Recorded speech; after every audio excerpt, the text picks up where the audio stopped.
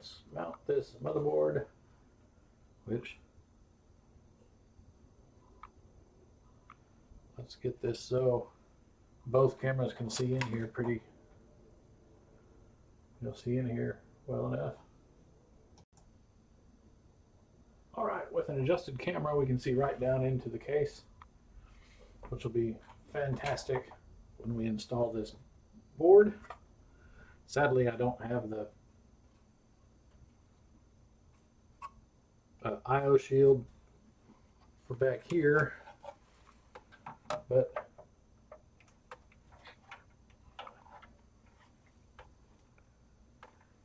it looks like all of the standoffs are almost in the right spot. We might as well do this right, huh? Need to move this one to here.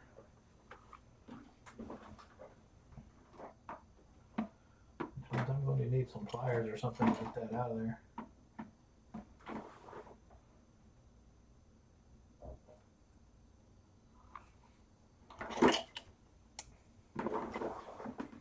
So I found some.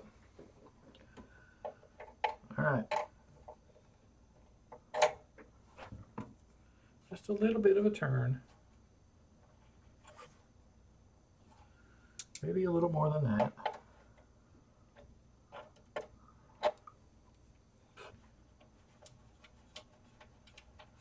There we go. We'll pop him down there. There's a few back here for rather large boards, I would imagine. But those won't matter. These brass standoffs, I like to get them as tight as I can with just my hand and then give them a little bit of a turn beyond that. A lot like, well, installing a oil filter in your car. All right, I think those are all in the right place.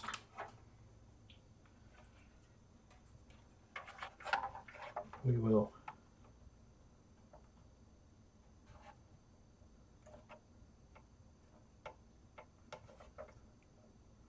looks like they are. There's not very many. And I hope these are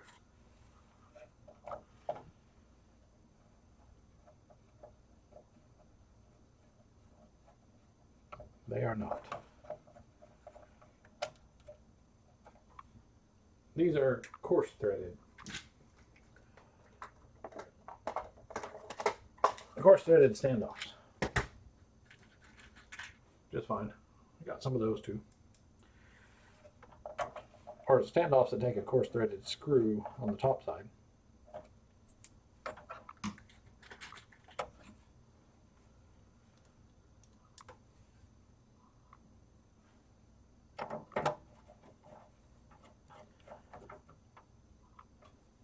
We'll just put a screw down in every spot.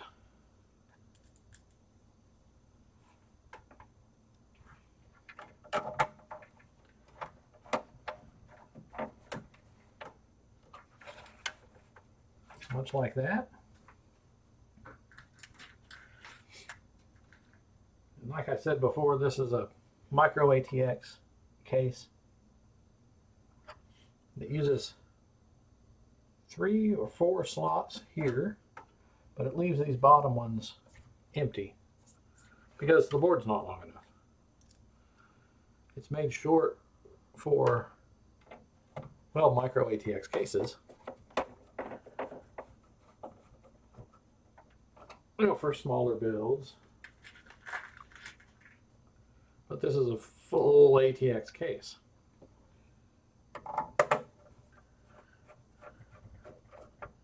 And he's properly screwed down now. Okay, let's put an AGP video card in there. This is the GeForce 4 something or other. 440 MX, something like that. We're going to need an adapter for that video connection. But he's AGP, which is significantly faster than PCI.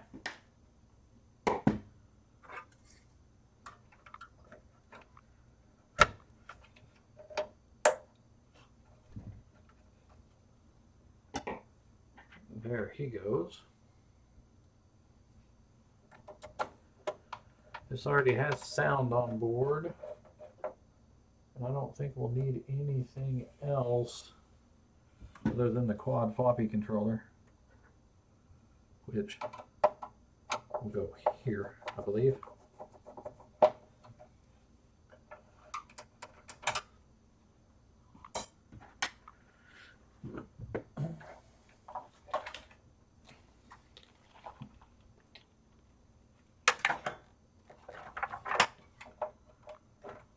Yep, just like so.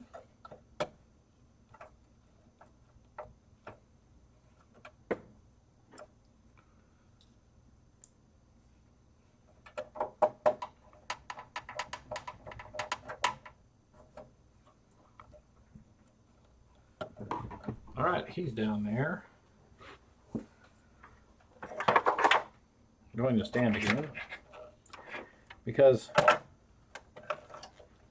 I should have connected these earlier.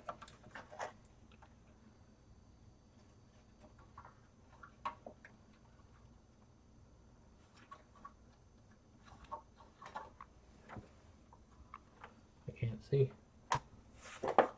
Shines the light on that subject. Just making sure I get the cable in there right.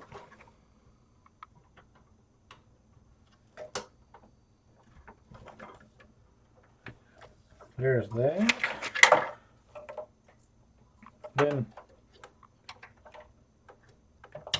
there and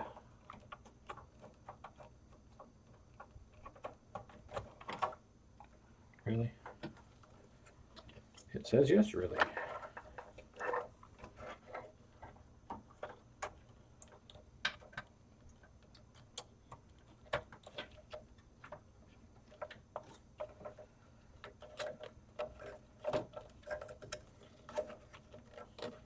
A little cable management there.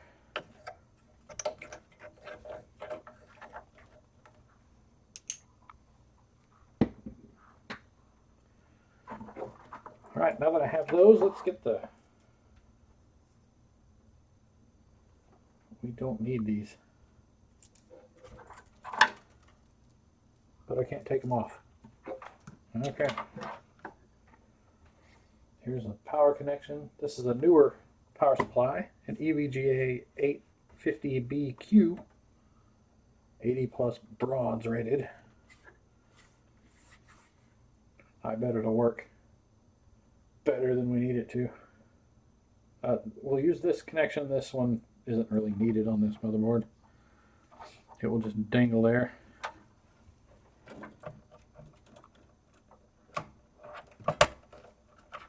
There's that.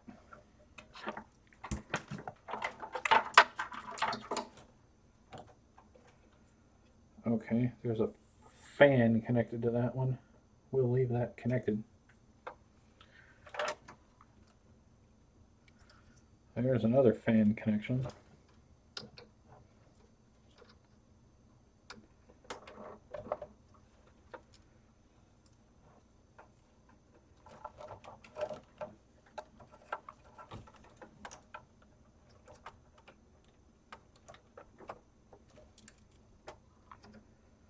Well, I got the floppy drives connected to power, the 5 1/4 inch ones, like so. This is a modular power supply.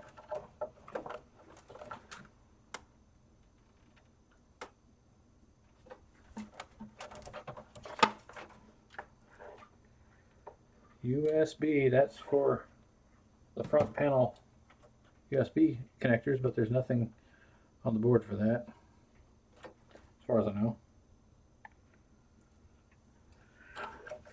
Let's connect a couple of these.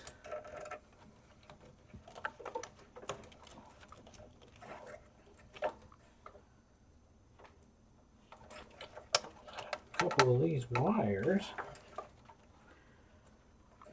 Hard drive LED, hard drive LED is right there. Power switch is on the opposite side of that block right there.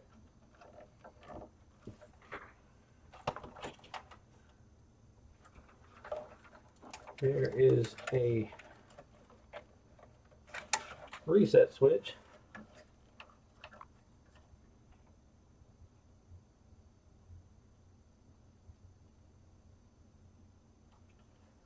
Reset goes right next to the hard drive LED. There's a spot for a speaker.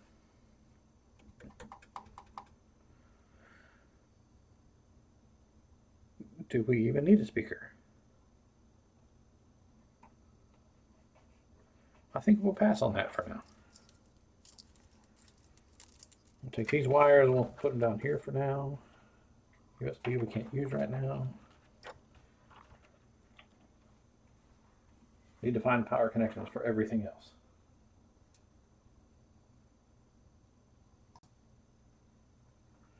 Okay.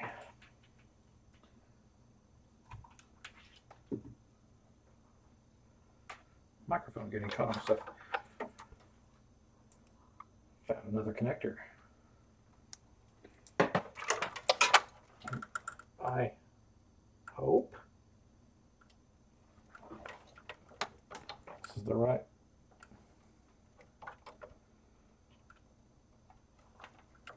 Well, doesn't match the pin on them. That.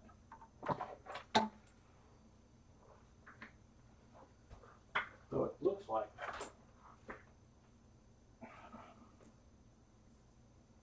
interesting.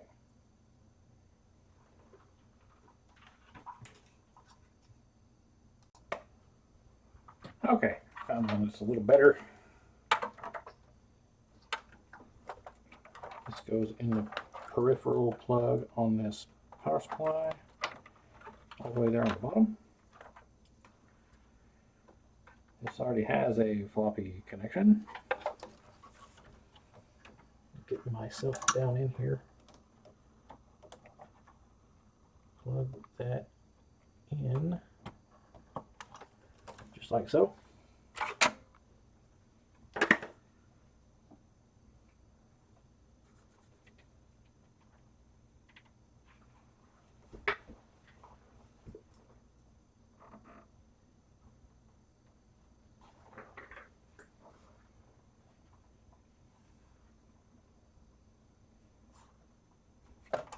Ah, it fell down. This is an adapter, floppy connection to Molex. We'll plug the floppy drive in first, then plug him into the Molex connector like so. And this will squish down in here.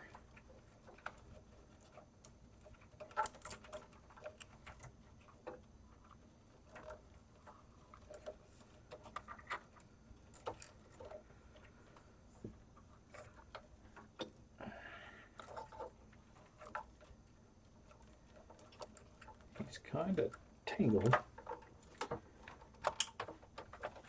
Plug in the CD-ROM drive there.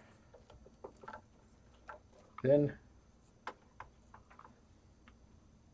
we might as well plug him in with a cable.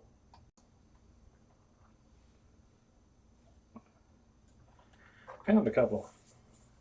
This 40 wire IDE cable will go in the secondary IDE on the motherboard, like so. And then this will go in the optical drive, just like that. Then this is an 80-way wire, has twice as many connectors, though I'm not entirely sure how that works on a 40-pin cable, but it does seem to make the throughput faster. For this, we're going to use a Seagate 160 gig drive. It says DB 35.2 consumer storage. I guess we're consuming this storage.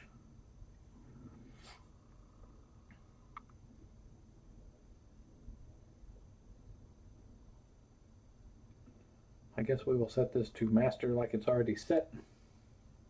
And it needs to go in this cage right down here. Let's put him down gently.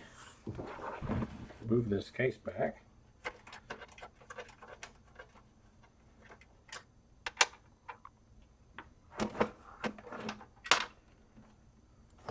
Oh. He has a fan in him.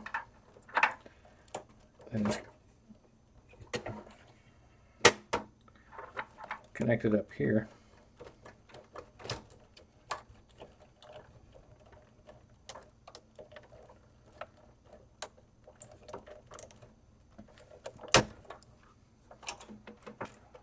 That didn't want to come off that floppy drive. Secured fit.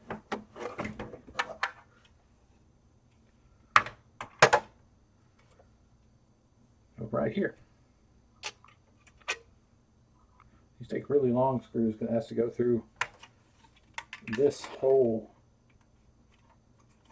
this whole bit to secure down the drive. There are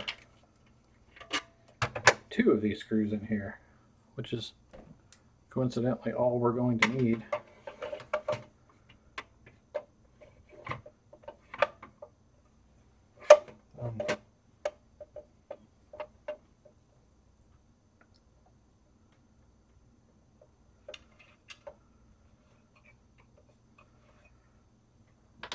Alright, got that first try.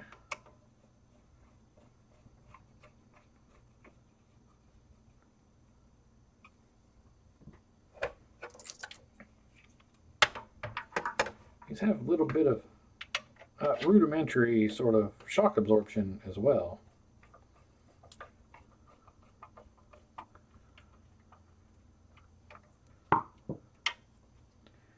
We'll plug this into the hard drive like that, so that's all in one. Nice, neat. There's another one of them.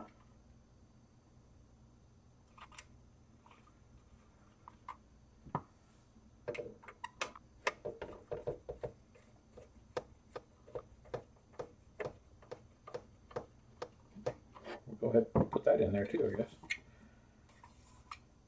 A little bit of dusting.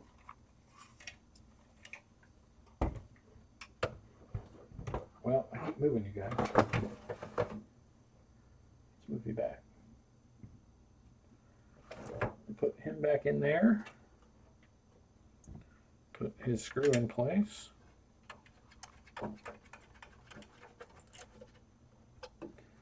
Give him a little.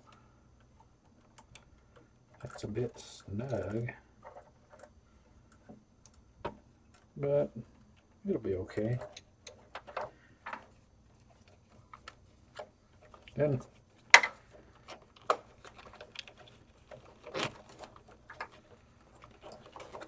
route this cable a little better.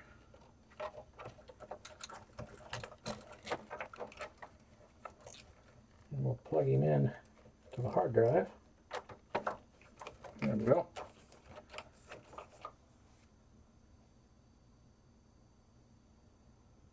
And with that, I think we're ready to give this a test. More or less. There we go. Double checking everything, make sure everything's plugged into power and everything it needs to be.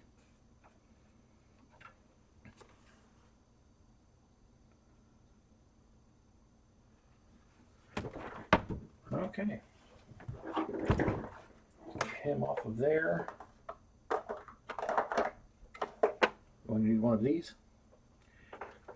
This is a DVI to VGA connector. Pretty popular for a certain time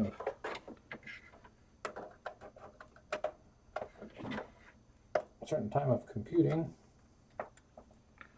Plug him into the video card. We'll plug in the power supply, but I flipped the power switch on him. Okay. He didn't automatically come on, that's a good thing. Get the keyboard.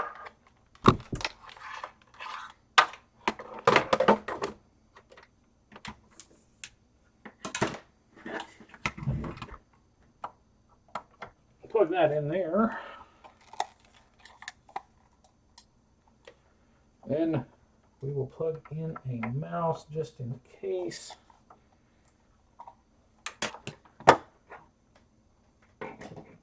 But we're going to try to boot from floppy first, if this works. Push the power switch. Got fans that came on. This one's going blue up front that you guys can't see. Looks like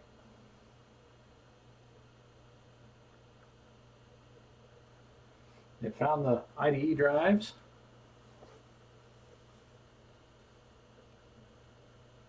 Press F2 to run the multi-floppy BIOS configuration utility, which we don't need to do, I don't think.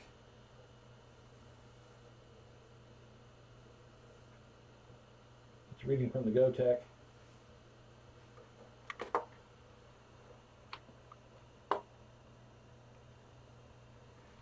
I can't see what the quad floppy controller is saying, but that's okay.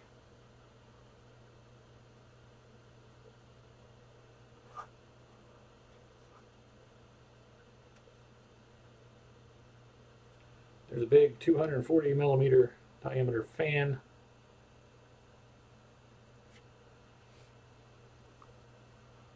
Then I think these are 120s up front.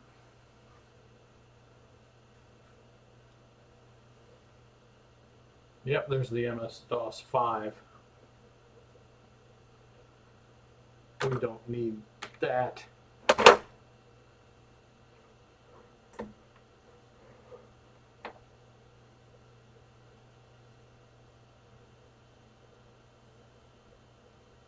Okay, we're at a DOS prompt. Let's put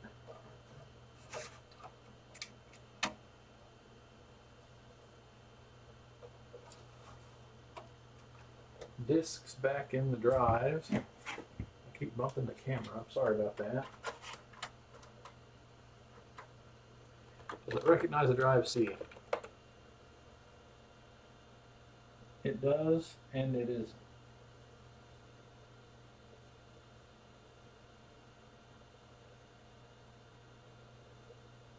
And it's not one of these floppy drives.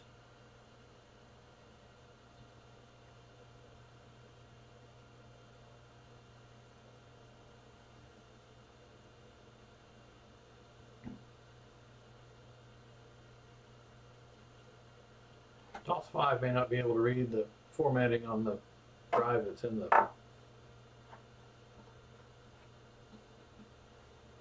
that's on the hard drive.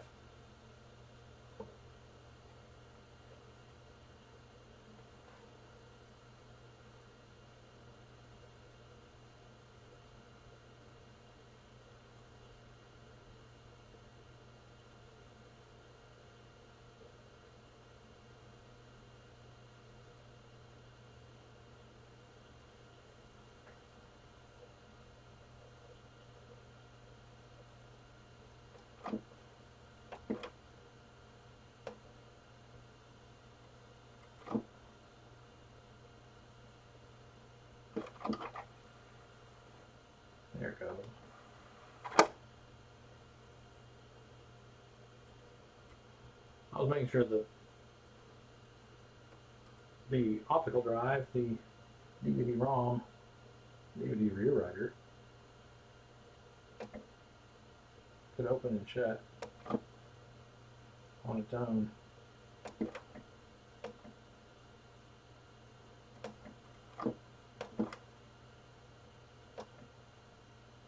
Looks like it's having trouble.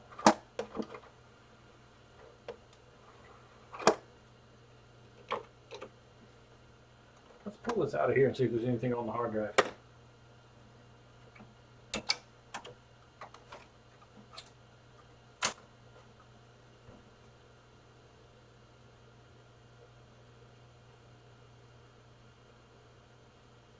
There's a quad floppy thing.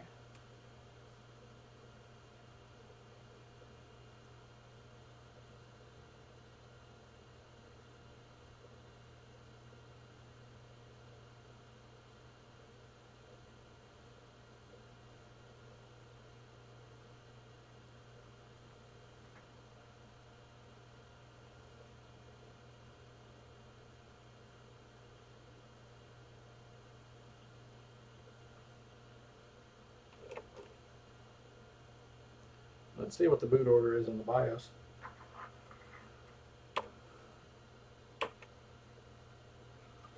It seems it likes to hang.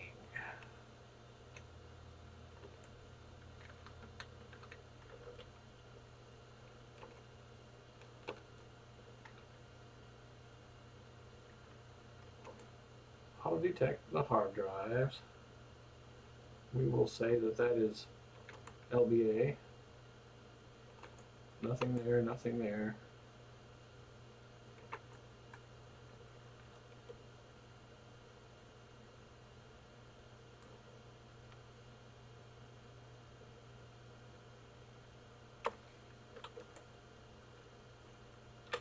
AC SCSI. A lot of options there.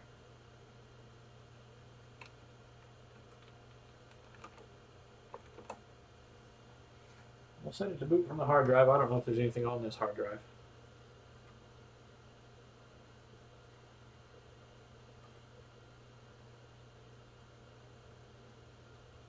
If there is, we'll surely find out.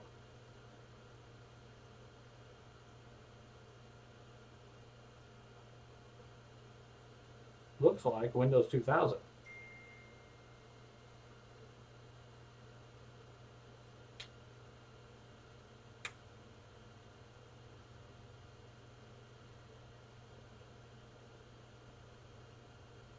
Glad I plugged the mouse in now.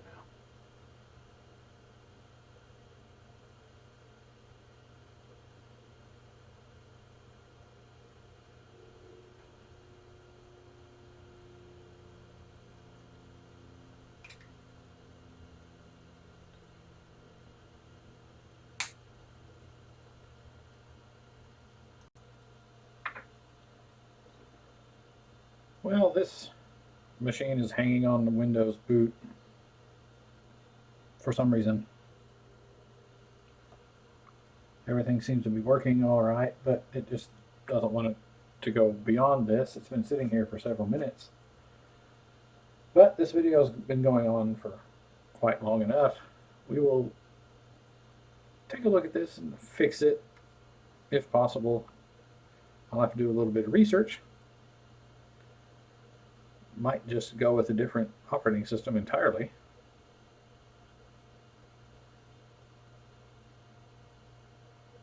But I do thank you for joining me on this today, and I hope to see you next time.